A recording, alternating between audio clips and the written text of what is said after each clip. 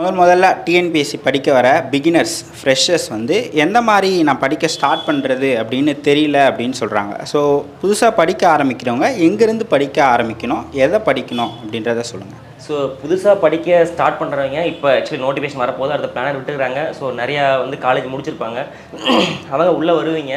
So first உங்களோட destination முடிவு பண்ணுங்கள், உங்கள் பேக்ரவுண்ட் வச்சு சூஸ் பண்ணுங்கள். நான் என்ன சொல்கிறேன்னா, எனக்கு வந்து குரூப் 1 தான் வேணும் அப்படின்னு சிலர் ஒத்த காலம் இருப்பாங்க. எனக்கு வந்து அடித்தா குரூப் 1 சிலர் வந்து அது ரொம்ப பாராட்டுற விஷயம். ஏன்னா வந்து சின்ன வயசில் 21 வயசுலேயே வந்து நம்ம வந்து குரூப் 1 தான் வேணும்னு முடிவு பண்ணி ஒரு 4 வருஷம் ஸ்டார்ட் பண்ணிட்டோம் அப்படின்னா எல்லாமே நம்ம படித்த மாதிரி ஆயிரும். ஸோ அப்போ வந்து நம்ம ஏன்னா பின்னாடி 30 வயசு 35 வயசில் போயிட்டு நான் அப்போ குரூப் 1 படிக்கிறதுலாம் வந்து ரொம்ப கஷ்டமாக டிஃபிகல்ட் டாஸ்க். அப்போ வந்து ஃபேமிலி இஷ்யூ எல்லாம் இருக்கும். ஸோ அது வந்து அவங்களுடைய ஃபேமிலி பேக்ரவுண்டை பொறுத்து, அவங்களுடைய விஷஸை பொறுத்து, நான் நல்ல டேலண்டடு, நான் அடித்தா குரூப் 1 தான் அடிப்பேன் அப்படிங்கிறவங்க ஸோ அதுக்கேற்ற மாதிரி ப்ரிப்ரேஷன் வச்சுக்கோங்க. இல்லை சார் எனக்கு வந்து நான் வந்து எனக்கு ஃபேமிலி இஷ்யூலாம் ரொம்ப பேக்ரவுண்ட் ரொம்ப கம்மியாக இருக்குது, எங்கள் வீட்டில் வந்து ரொம்ப வறுமை, நான் வந்து அட்லீஸ்ட் ஒரு வேலைக்கு பொழுதுக்கு போகணும் அப்படின்னா குரூப் 4 குரூப் 2 ஆப்ஷனாக வச்சுக்கோங்க. அது நான் எதுவும் சொல்ல முடியாது. ஸோ குரூப் 4னால் என்னென்னா உங்களுக்கு ஒரு லாங் டைம் ப்ராசஸ் இருக்காது. பரீட்சை எழுதி முடிக்கிறோமா, காலையில் எழுதி முடிக்கிறோமா, ஈவினிங் வந்து கீப்பாக தான் தெரிஞ்சிடும் 170 வருதா, நீ பாஸ் பண்ணி கவர்மெண்ட் அதிகாரி அப்படின்னு சொல்லலாம். ஸோ அதனால் வந்து அது வந்து அவங்க விஷஸோ ப்ளஸ் வந்து அவங்களுடைய ஆப்ஷனை பொறுத்து.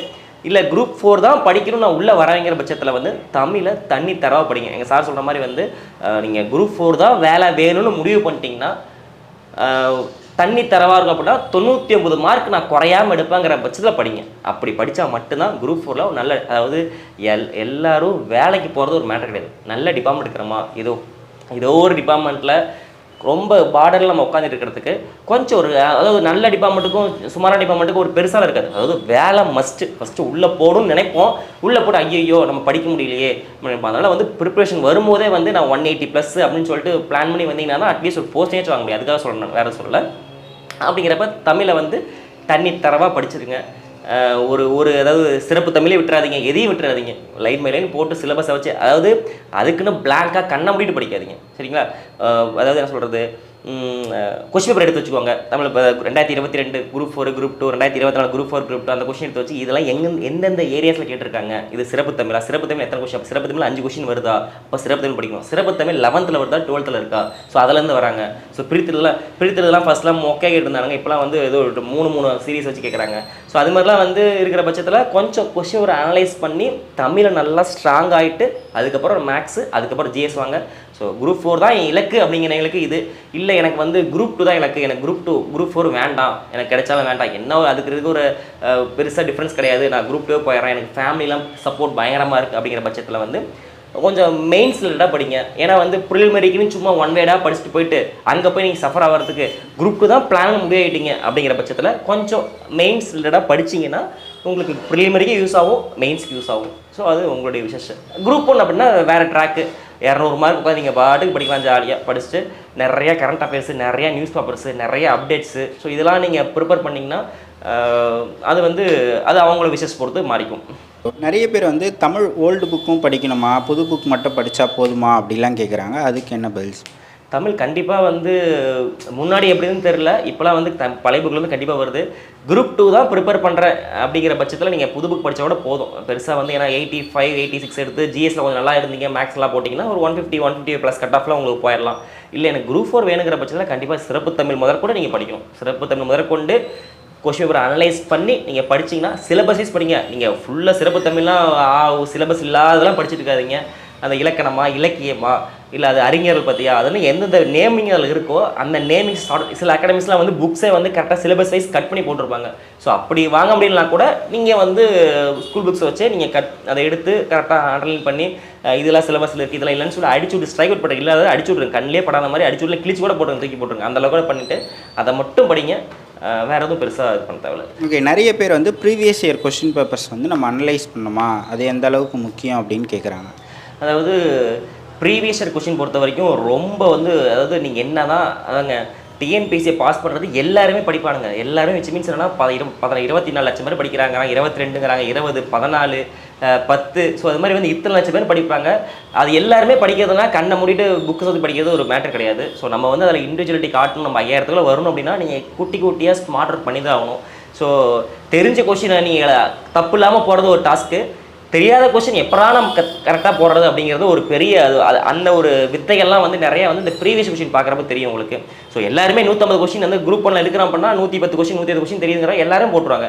அந்த சரி 80 கொஸ்டின் எப்படி வந்து நம்ம கரெக்டாக அந்த டைமில் வந்து எலிமினேட் பண்ணி ஆப்ஷன் எலிமினேட் படிக்கிறது மேட்ரு. ஸோ அப்படிங்கிற பட்சத்தில் வந்து இதுக்கெல்லாம் வந்து ரொம்ப ரோல் ப்ளே பண்ணுறது ப்ரீவியஸ் கொஸ்டின் தான்.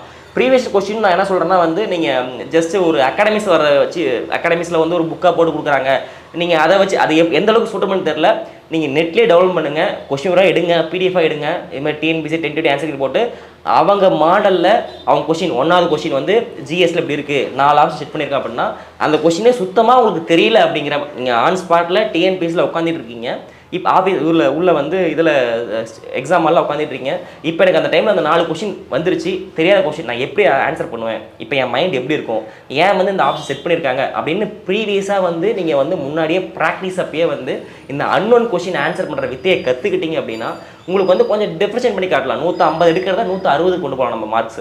ஸோ அதனால் வந்து ப்ரீவியஸ் கொஸ்டின் ரொம்ப ரோல் ப்ளே பண்ணணும். கண்டிப்பாக படிங்க. ப்ரீவியஸ் கொஸ்டின் வந்து பண்ணிங்க மீன்ஸ் என்னன்னா அப்படியே மெமரைஸ் பண்ணி மேக்ஸ் வந்து நீங்கள் வரும் கொஸ்டின்ஸ் கண்டிப்பாக வந்து அதே மாடலில் நம்பர் மட்டும் சிம்பிள் ட்ரெஸ்ட்டாக பிரின்சிபல் 5000 போகிற இடத்துல 10,000 போட்டு கேட்போம், அவ்வளோதான் எழுதி அதில் மாடல்ஸோ வேறு எதுவும் மாறாது. அதனால் வந்து மேக்ஸை வந்து தனித்தரவாக படிக்கிறத வந்து ப்ரீவியஸ் படிக்கலாம். ஜிஎஸ் வந்து அப்படியே ரிப்பீட் ஆகும்னு சொல்ல முடியாது. ஜிஎஸ் வந்து அப்படி ரிப்பீட்டெல்லாம் ஆகுது, எவ்வளோ கண்டென்ட் இருக்குது. அதனால் வந்து இப்போலாம் வந்து பழைய மாதிரி வந்து எல்லாமே அப்கிரேட் ஆகிட்டு இருக்காங்க, வந்து யூபிஎஸ்சி லெவலுக்கு போயிட்டு இருக்காங்கன்னு சொல்கிறாங்க. அப்படிங்கிற பட்சத்தில் வந்து நம்ம வந்து பழைய கொஸ்டின் அப்படியே படிச்சுட்டு வந்தால் 2018 படிச்சுட்டு வந்தால் அப்படியே வந்துருன்னு சொல்ல முடியாது. அதனால் வந்து அந்த கான்செப்டில் படிக்காதீங்க, அந்த ஒரு மைண்ட் செட்டில் ப்ரீவியஸ் அணுகாதீங்க, அதை வந்து ஒரு அப்ரோச் பண்ணாதீங்க. எப்படி வந்து ஒரு ப்ரீவியஸ் கொஸ்டின் படிக்கிறீங்கன்னா ரிவிஷன் மட்டும் தான் எடுத்துக்கோங்க. ஒன்று இப்போ வந்து நான் யூனிட் 8 படித்தேன், யூனிட் 8 செகண்ட் ஹாஃப் ஃபுல்லாக படித்தேன், இப்போ ஜஸ்ட் அந்த யூனிட் 8 ப்ரீவியஸ் கொஸ்டின் எடுத்து இது தெரியுதான்னு செக் பண்ணுங்கள், அந்த ஒரு ஆஸ்பெக்டில் படிங்க. ரெண்டாவது அன்னோன் கொஸ்டின்ஸ் எப்படி ஆன்சர் பண்ணலாம். அதாவது இப்போ 4 பேர் இருக்காங்க, இந்த 4 பேருமே எனக்கு சுத்தமாக ஐடியா கிடையாது, நாளைக்கு நான் வந்து டிஎன்பிசி ஹாலில் உள்ளே உட்காந்துட்டு இருக்கேன், இந்த டைமில் இந்த கொஸ்டின் கிடச்சிச்சின்னா நான் எப்படி போடுவேன், நான் இந்த இடத்துல பி போட்டிருப்பேன்னா பி போட்டால் ஆன்சர் இருக்குங்க, நம்ம தான் ஆன்சராக வச்சுருக்கோம்ல, ஏ இருக்குது, நம்ம ஏன் பி போட்டோம், அப்போ நம்ம ஏன் ஏ போடலை. ஸோ அப்படி சிலர் வந்து ஃப்ளூக்கு கடைசி டைமில் அடிக்கிறது வேறு மேட்ரு. அதாவது கடைசி டைமில் 10 நிமிஷம் தான் இருக்குது, 30 கொஸ்டிங்கிறப்ப ஏசி பிசி மேக்ஸிமம் பி வரும், மெஜாரிட்டி சி வரும் அப்படின்னு சொல்லி போட்டுறது வேறு மேட்ரு. எனக்கு ½ அன் ஹவர் டைம் இருக்குது, இந்த டைமில் என்கிட்ட 20 கொஸ்டின் தான் இருக்குது, இந்த டைமில் நான் வந்து அப்ரோச் பண்ணி கரெக்டாக தெளிவாக அடிக்கணும் அப்படிங்கிறப்ப அங்கே போய் ப்ராக்டிஸ் பண்ணாதீங்க. முன்னாடியே வந்து ரெகுலராக ஒரு கொஸ்டின் எடுத்து வச்சு இந்த டைமில் நான் ஏன் போடணும், இவன் ஏன் வந்து ஆப்ஷன் இப்படி வச்சுருக்கான், ஏன் வந்து இந்த கொஸ்டின் லென்த்தி, அந்த அன்னோன் ஆன்சர்ஸ்க்கு நிறையா வந்து ட்ரிக்ஸ்லாம் சொல்லுவாங்க. ஸோ அது எனக்கு தெரிஞ்சலாம் வந்து என்னென்னா அன்னோன் ஆன்சர் எப்படி ஆன்சர் பண்ணால் வந்து லென்த்தி ஆன்சராக இருக்குது.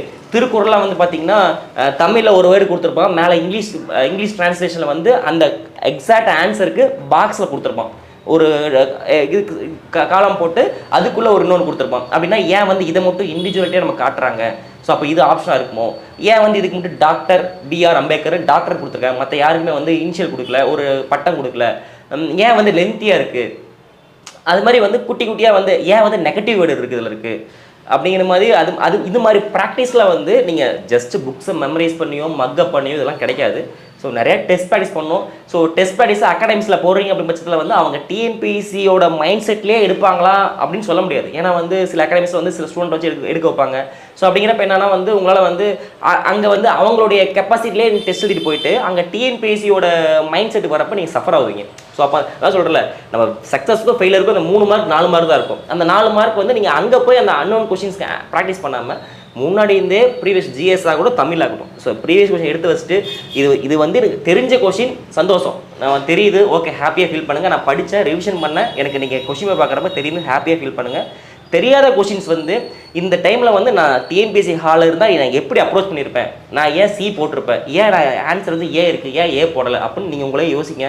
அப்போ ஏதோ ஒரு ட்விஸ்ட் இருக்கா இல்லை ட்ரிக்ஸ் இருக்கா அப்படின்னு நீங்கள் அந்த கொஷின்ஸை பார்க்க அவங்க மைண்ட் செட்லேயே வந்துடும் உங்களுக்கு. நீங்கள் டிஎன்பிஎஸ்சி கூடயே ஓடுவீங்க, கடைசியாக ஹாலில் போய் உட்காரப்ப அதே கொஷின்ஸ் அதே செட்டப்ஸ் அதே 4 ஆப்ஷன்ஸ் இருக்குது, அதே அந்த பிரிண்ட் பேப்பர் முதற்கொண்டு மட்டி பேப்பரில் கொடுக்குறாங்களா, அந்த கலர் பேப்பர் இருக்குல்ல ப்ரௌன் கலரில் கொடுக்குறாங்களா, ஸோ அந்த கொஷின் பேப்பர் முதற்கொண்டு நீங்கள் அந்த even original question paper practice பண்ணுறதுனால உங்களுக்கு அந்த ரொம்ப ஃபேவர் அமையும். ஸோ ரொம்ப மஸ்ட்டு, அதை நான் சொல்லியே ஆகணும். ப்ரீவியஸ் கொஷின்ஸ் வந்து கண்டிப்பாக வந்து நீங்கள் ப்ரிப்பேர் பண்ணுங்கள். நான் வந்து ஹவுஸ் ஒய்ஃபாக இருக்கேன், வீட்டில் என்னால் இன்ஸ்டியூட் போய் படிக்க முடியல, வீட்டில் இருந்தே படித்தா கிளியர் பண்ண முடியுமா, இல்லை நான் வந்து நான் வந்து ஒர்க் பண்ணிக்கிட்டு இருக்கேன், நான் ஒர்க் பண்ணிக்கிட்டே படிக்கணும்னு நினைக்கிறேன், ஒர்க் பண்ணிக்கிட்டே படிக்க முடியுமா, இல்லை இன்ஸ்டியூட் போய் தான் படிக்கணுமா, அந்த மாதிரிலாம் கேட்குறாங்க. வீட்டில் இருந்தே படிக்கிறதும் ஓகேவா, அதை பற்றி சொல்லுங்கள். அதாவது ஒரு ஒரு 4 வருஷம் 3 வருஷம் இந்த டிஎன்பிசியோட மோகம் வந்து யாருக்கும் தெரியாதனால அப்போ வந்து அகாடமிஸ் போனால் மட்டும்தான் படிக்க முடியுங்கிற ஒரு ஒரு யதார்த்தம் இருந்துச்சு.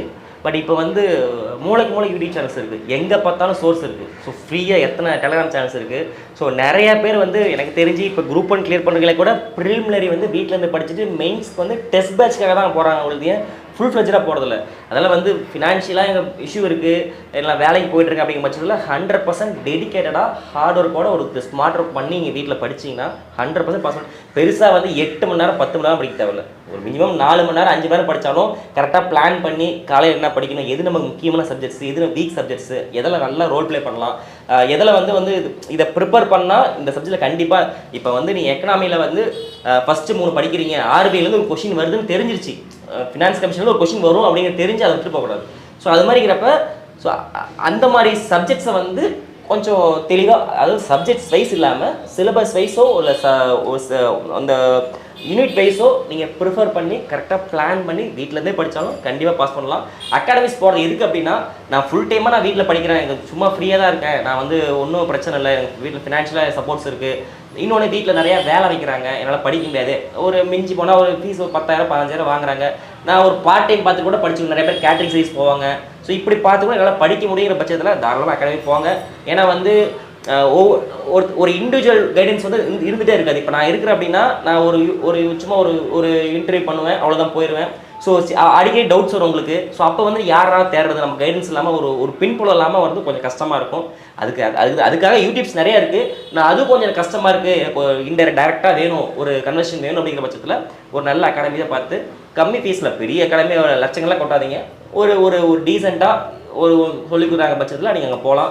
போயிட்டு படிச்சிங்கன்னா நீங்கள் அதாவது ஒரு பிளானிங்கோட டெடிக்கேஷனோட ஒரு ஹார்ட் ஒர்க் பயங்கர வந்து எஃபெக்டிவாக வந்து நான் வந்து கண்டிப்பாக பாஸ் பண்ணியே ஆகணும்னு நினைக்கிறவங்க அங்கே போகணும்னு அவசியம் கிடையாது. உங்கள் மைண்டு வந்து ஓடிக்கிட்டே இருக்கும். உங்களை வந்து அந்த சிந்தனைகளும் செயல்களும் வந்து அதை நோக்கி போனதுனால உங்களுக்கு வந்து ஒரு கைடன்ஸோ ஒரு உந்துதலோ தேவையில்லை. நீங்கள் வீட்டிலேருந்தே படித்து பாஸ் பண்ணிடலாம்.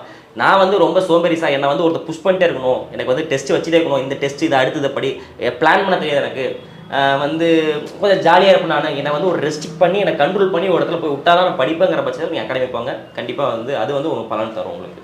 ஓகே ப்ரோ, நான் வந்து நிறைய ஆண்டுகளாக எழுதுகிறேன், எனக்கு வந்து 140 150 அந்த ரேஞ்சில் தான் எடுக்க முடியுது, நான் என்ன பண்ணுறது அப்படின்னு கேட்குறாங்க. அதுக்கு ஸோ அது வந்து என்ன சொல்கிறது, சிலர் லக்கு நம்ம தலையெழுத்து தான் சொல்லலாம். சிலர் வந்து என்ன சொல்கிறது, ஜாதகம் பார்த்தாங்க, உங்களுக்கு கிடைக்காதுப்பா டிஎன்பிசி அப்படின்றவாங்க. உடனே அது ஒரு விரக்தியில் வந்து அப்படியே சும்மா கடமைக்கு போகிறது, அப்படியே எழுதுறது, அப்படியே வர்றது, அப்படியே இருக்கும். ஸோ அப்படிலாம் பார்க்காதீங்க. கொஞ்சம் ஏதோ நீங்கள் மிஸ்டேக் பண்ணுவீங்க. இப்போ நானே வந்து என்னால் வந்து ஏன் இன்டர்வியூ போஸ்ட் எடுக்க முடியல, நான் இன்டர்வியூ போஸ்ட் தான் கிடச்சிருக்கு அப்படின்னா ஆன் ஸ்பாட்டில் நான் பண்ணால் தப்பு தான். ஒரு கொஷின்ஸ் வந்து மாற்றி எழுதிச்சோம் 12 மார்க்கு. ஸோ அதெல்லாம் வந்து ஒரு ஃப்ராக்ஷன் ஆஃப் செகண்டில் யோசிச்சிருக்கலாம். ஆனால் அந்த டைமில் யோசிக்காதனால அதெல்லாம் நம்ம அது ரொம்ப அது என்ன சொல்கிறது, தெரிஞ்ச கொஷின் தெரியாத கொஷின் தப்பு பண்ணதை விட தெரிஞ்ச கொஷின் தப்பு பண்ணது ரொம்ப எஃபெக்டிவ், ரொம்ப வலியாக இருக்கும். அதை நினச்சி ஐயோ நம்ம இப்படி ஒரு கிரேடை விட்டமே ரொம்ப வருத்தப்படுவோம். ஸோ அந்த மாதிரி தப்பு தயவுசெய்து பண்ணுறாதீங்க. ஏன்னா வந்து சக்ஸஸ்க்கு ஃபெயிலுக்கு 2 மார்க் 3 மார்க் தான். நீங்கள் வந்து 5 வருஷம் 4 வருஷம் படிக்க என்ன பண்ணுவாங்கன்னா அந்த பார்டரில் போகும், ஒரு 0.5 போகும், 1 மார்க்கில் போகும், 2 மார்க்கில் போகும். அதெல்லாம் ஏன் அனலைஸ் பண்ண கண்டிப்பாக பாருங்க, ஒரு 5 கொஷின் 10 கொஷின் தெரிஞ்ச கொஷின் தப்பு போட்டு இருப்பீங்க. ஸோ அந்த கொஷின் எப்படி ஏற்றோன்னு அதாவது டிஎன்பிசி படிக்கிறது உள்ளே வந்துட்டு நம்ம எக்ஸாமில் போயிட்டு அப்படின்னா கடவுளே தயவு செஞ்சு தெரிஞ்ச கொஷின் தப்புனா இதுதான் முதல்ல இருக்கும். தெரிஞ்ச கொஷின் நான் கஷ்டப்பட்டு நான் படிச்சிருக்கேன், எத்தனை நைட்டு எத்தனை பகல் அவ்வளோ படிச்சுட்டு அந்த 3 மணி நேரம் டைமில் போய் தெரிஞ்ச கொஷின் தப்புன்றது எவ்வளோ வழியாக இருக்குங்கிறது வந்து நீங்கள் உணர்ந்துருப்பீங்க. நிறைய பேர் அந்த உணர்ந்தீங்க ரொம்ப பெயினாக இருக்கும். அதனால் வந்து தெரிஞ்ச கொஷின் தப்புடாதீங்க. கரெக்டாக அந்த எக்ஸாம் முடிச்சு வந்த உடனே அனலைஸ் பண்ணுங்கள், நான் வந்து எங்கே தப்பு பண்ணியிருக்கேன். நான் கொஷின் டஃப்பாக கேட்டாங்க, அந்த உள்ளே வந்தோடனே கொஷின் பார்த்தோன்னே வெளியே வந்தோடனே ஒரு 4 பேர்ட்ட மச்சான் கொஷின் டஃப்டா போட போகிறோம் அடுத்த டைம் போயிடலாம் அப்படிலாம் நினைக்காதீங்க. நீங்கள் டஃப்னு நினச்சிங்கன்னா பாஸ் பண்ணுறோம், பாஸ் பண்ணிட்டு இருக்கான். அப்போ ஏன் அவன் வந்து பாஸ் பண்ண முடியல, கொஷின் டஃப்னு அது மேலே பழி போடுறத விட்டு டஃப்பாக இருந்தாலும் ஏன் வந்து நம்மளால் பாஸ் பண்ண முடியல, அந்த டைமில் நம்ம என்ன தப்பு பண்ணியிருக்கோம், அதாவது தெரிஞ்ச கொஷின் தப்பு பண்ணியிருக்கோமா, இல்லை வந்து அன்னோன் கொஷின்ஸ் வந்து கரெக்டாக அப்ரோச் பண்ணால் விட்டுருக்கோமா, இல்லை டைம் பத்தலையா, இல்லை மேக்ஸில் கேர்லெஸ் மிஸ்டேக் விட்டுருக்கோமா, இல்லை நம்ம சயின்ஸ் படிக்காமல் போயிட்டோம், சயின்ஸில் 8 கொஷின் வந்துருச்சு ஸோ அதனால் அவன் ஃபெயில் ஆயிருக்குமா, ஸோ அப்போ சயின்ஸ் அடுத்து படிக்கணுமா, இல்லை யூனிட் 8ல் வந்து ஃபஸ்ட் ஆஃப் படிக்காமல் போயிட்டோம், நான் இங்கிலீஷ் மீடியம் எடுத்தேன் அதனால் வந்து ஃபஸ்ட் ஆஃப் தெரியாது, அதனால் திருக்குறளை பற்றி எதுவுமே ஐடியா கிடையாது, ஸோ அப்போ திருக்குறள் படிக்கணுமா அப்படின்னு ஒரு 1 வீக் அனலைஸ் பண்ணுங்கள். உங்கள் கொஷின் வர வச்சு உங்கள் கொஷின் வர மட்டுமே வச்சு பாருங்கள், வேறு எதையும் அவன் சொல்கிறேன் அதில் எதுவும் கேட்காதீங்க. உங்கள் கொஷின் ஒரு 200 கொஷினை வச்சு நீங்கள் பாட்டு அனலைஸ் பண்ணுங்கள். ஏன் 1வது கொஷின் கரெக்டாக போட்டேன், நிறைய கொஷின் ஃப்ளூக்கில் போட்டிருப்போம். ஃப்ளூக்கில் போட்ட கொஸ்டினில் எங்கடா இருக்குது, நம்ம ஏன் படிக்க மாட்டோம், ஃப்ளூக்கில் வந்திருக்கும் அதை வந்துருச்சே விட்றக்கூடாது, மறுபடியும் நாளைக்கு அந்த கொஸ்டின் வரும், நாளைக்கு ஃப்ளூக் நம்ம வராது, நேரம் எல்லா நேரம் ஒரே மாதிரி அடிக்காது. அதனால் வந்து ஸோ அப்போ ஃப்ளூக்கில் போட கொஸ்டின்ஸில் வந்து இதெல்லாம் எங்கே இருக்குது, யூனிட் 8ல் இருக்கா, யூனிட் 9ல் இருக்கா, இல்லை வந்து ஜாக்ரஃபியில் அவுட் ஆஃப் சிலபஸா, இல்லை வந்து அது நீங்கள் அப்படி உங்களை அனலைஸ் பண்ண கஷ்டமாக இருந்தால் கூட நிறைய அகாடமிஸில் யூடியூப் சேனல்ஸ் என்ன பண்ணுறாங்கன்னா ஜாக்ரஃபி வந்து 8 கொஸ்டின் கேட்டிருக்காங்க, அது 8வது புக்கில் 5வது பக்கத்தில் போட்டுக்குது, யூனிட் 8 வந்து நீதி கட்சி கேட்டிருக்காங்க, இது 12வது புக்கில் ஹிஸ்ட்ரி புக்கில் இந்த 85வது பக்கத்தில் போட்டிருக்கு அப்படின்னு தெளிவாக அவனே எக்ஸ்பிளைன் பண்ணுறான். அட்லீஸ்ட் அதை வச்சு எடுத்து வச்சாச்சும் உங்கள் கொஸ்டின் வெளியே சைடில் வந்து 12வது கொஸ்டின் நான் தப்பு பண்ணியிருக்கிறேன் இன்டூ மார்க் போட்டு இது வந்து நீதி கட்சி 12வது சோசியல் புக்கில் வந்து இது கொடுத்துருக்காங்க, இது வந்து ஜாக்ரஃபியில் கேட்டுக்கிறாங்க, இது 10வது புக்கில் கேட்டுக்கிறாங்க அப்படின்னு. ஸோ அது மாதிரி நீங்கள் ஒரு நோட் பண்ணி வச்சு உங்கள் கொஸ்டினை நீங்களே அனலைஸ் பண்ணிட்டீங்கன்னா அதுதான் உங்கள் கொஸ்டின் தான். எனக்கு தெரிஞ்ச வரைக்கும் பெருசாக வந்து நீங்கள் வெளியில் வந்து அந்த கொஸ்டின்ஸ் வாங்கி படிக்கிறத விட்டு உங்கள் கொஸ்டினே கண்ணை மூடி மெமரைஸ் பண்ணுங்கள், அப்படியே வந்து மூழ்கிடுங்க உள்ளே வந்து. அது மாதிரி பண்ணிங்கன்னா உங்களுக்கு வந்து சக்ஸஸ் வந்து அந்த 3 வருஷம் 4 வருஷம் தள்ளி போகிறத வந்து எனக்கு தெரிஞ்சு நீங்கள் அனலைஸ் பண்ணாமல் இருப்பீங்க, நம்ம எங்கே லேக்கிங்கு அப்படின்னு பார்க்காம இருப்பீங்க. அது ஒரு டைம் நீங்கள் பார்த்துட்டு கொஞ்சம் அட்டன்டிவாக நான் கேர்லெஸ் மிஸ்டேக் பண்ணக்கூடாதாப்பான்னு, அதாவது இப்போ டெஸ்ட் சீரிஸ் போகிற ஃபஸ்ட்டு ஸ்டார்டிங்லேருந்து கடைசி வரைக்குமே வந்து ஒரு மைண்ட் செட்டில் வந்து சாமி கடவுளே நான் வந்து ஒவ்வொரு டெஸ்ட்டையுமே வந்து கேர்லெஸ் மிஸ்டேக்லாம் போடுவேன், நான் வந்து இந்த எக்ஸாம் சரி எதனாலும் சரி வந்து கேர்லெஸ் மிஸ்டேக் வந்துச்சுன்னா வந்து சார் சொல்லுவார்னா சாப்பிடாத நீ ஒரு டைம் வேணுன்னே தப்புட்டு நீ எனக்கு சோறு திங்காத, அப்போ தான் வந்து உனக்கு அந்த வழி தெரியும், அப்போ தான் வந்து பழகும் உனக்கு அப்படிங்குவாரு. அது ஒரு ஈஸியாக எடுத்துக்காதீங்க. கேர்லெஸ் மிஸ்டேக் ரொம்ப பெயின்ஃபுல்லான வரி, கண்டிப்பாக சொல்கிறேன். 138 எடுத்துகிட்டு 140 கிடைக்கலங்கிறது வந்து கேர்லெஸ் மிஸ்டேக் கண்டிப்பாக இருக்கும். அதை கண்ட்ரோல் பண்ணணும். அதாவது 10 கொஸ்டின் 10 நீங்கள் கேர்லெஸ் மிஸ்டேக் கண்ட்ரோல் பண்ணிக்காதீங்க. 8 கொஸ்டின் 2 கொஸ்டின் அது போனால் போயிட்டு போகுது, ஏன்னா 2 கொஸ்டின் ஃப்ளூக்கில் நமக்கு வந்துருக்கும், அது நமக்கு டேலி ஆயிரும். அதனால் அந்த கேர்லெஸ் மிஸ்டேக் கண்ட்ரோல் பண்ணி உங்கள் கொஸ்டின் நீங்களே அனலைஸ் பண்ணி எங்கே பேக்லாக் ஆகுது, மேக்ஸில் 5 கொஸ்டின் போச்சா, டைம் பத்தலையா, இப்போ அப்படி பெரிய கொஸ்டினாக இருக்கும், அரேஞ்ச்மெண்ட் சீட்டிங் அரேஞ்ச்மெண்ட்டாக இருக்கும், அதை உட்காந்து ஃபஸ்ட்டில் போட்டுருப்போம். ஸோ அதெல்லாம் வந்து அது வந்து தப்பு. அப்படின்னப்ப அந்த கொஸ்டின் விட்டு ஒரு கொஸ்டின் போனால் போதும், மீதி 25 கொஸ்டின் காப்பாற்றலாம். அந்த ஒரு கொஸ்டின் போட்டு மீதி 5 கொஸ்டின் விட்டுருப்போம். இதெல்லாம் எக்ஸாம் முடிஞ்சது தானே, ஐயோ 2 வருஷம் படிச்சுமே நம்மளால் கிளியர் பண்ண முடியலையா, ஐயோ இப்படி போயிடுச்சுன்னு ஃபீல் பண்ணி ஒரு ப்ரோஜனம் கிடையாது. அந்த 3 மணி நேரத்தில் அட்டன்டிவாக கரெக்டாக ஃபோக்கஸ்டோட பிளான் பண்ணி ஃபஸ்ட்டு தமிழ் எழுதணுமா, செகண்ட் ஜிஎஸ் எழுதணுமா, அடுத்து மேக்ஸ் எழுதணுமா, எதை ஃபஸ்ட்டு அப்ரோச் பண்ணணும், இந்த சுத்தமாக தெரியல விட்டு நீ பாட்டு போயிரு பின்னாடி ஃபஸ்ட்டு கொஸ்டினே கஷ்டமாக வந்துருச்சு உடனே எடுத்து அதை சஃபர் ஆகிறத விட்டு இது மாதிரி சின்ன சின்ன டாக்டிக்ஸ்லாம் யூஸ் பண்ணிங்களா அந்த 2 வருஷம் 3 வருஷம் ஜர்னி தள்ளி போதும் உங்களுக்கு ஃபஸ்ட் அட்டம்லேயே வந்துடும்.